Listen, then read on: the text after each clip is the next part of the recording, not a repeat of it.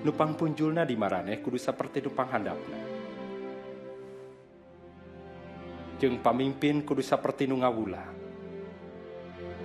Sabab saha nu leuwih punjul? Anu diuk dahar? Atawa anu ngaladenanana? Tangtu wae nu ngaladena. Tapi kami aya di tengah aranjeun nu ngaladena. Maraneh tetep ngabaturan kami dina sagala cocobaan nu kasora. Jeung kami nangtukeun karajaan keur maraneh. Sarua saperti Bapa kami nangtukeun keur kami. Maraneh bakal dahar jeung nginum sameja jeung kami di jero karajaan kami.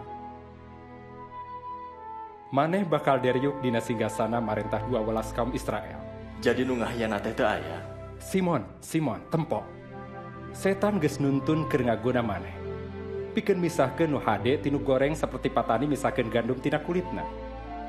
Tapi kami geus ngaduakeun keur maneh sangkan iman maneh ulah luntur.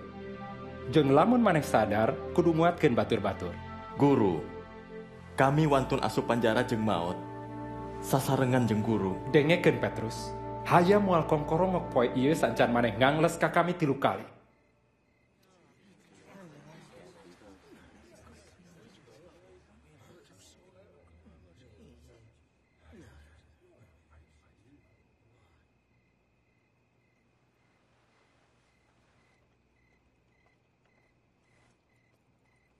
Waktu maneh ku kami diutus teu mawa naon-naon, nah maneh kakurangan. Teu kekurangan naon. Tapi ayeuna nu ngabogaan dompet atawa kantong bawa. Anu teu ngabogaan pedang kudu ngajual baju belikeun. Kami nyarita.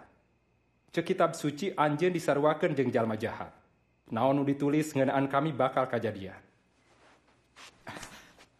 Tingali. Ieu aya 2 pedang jungjunan.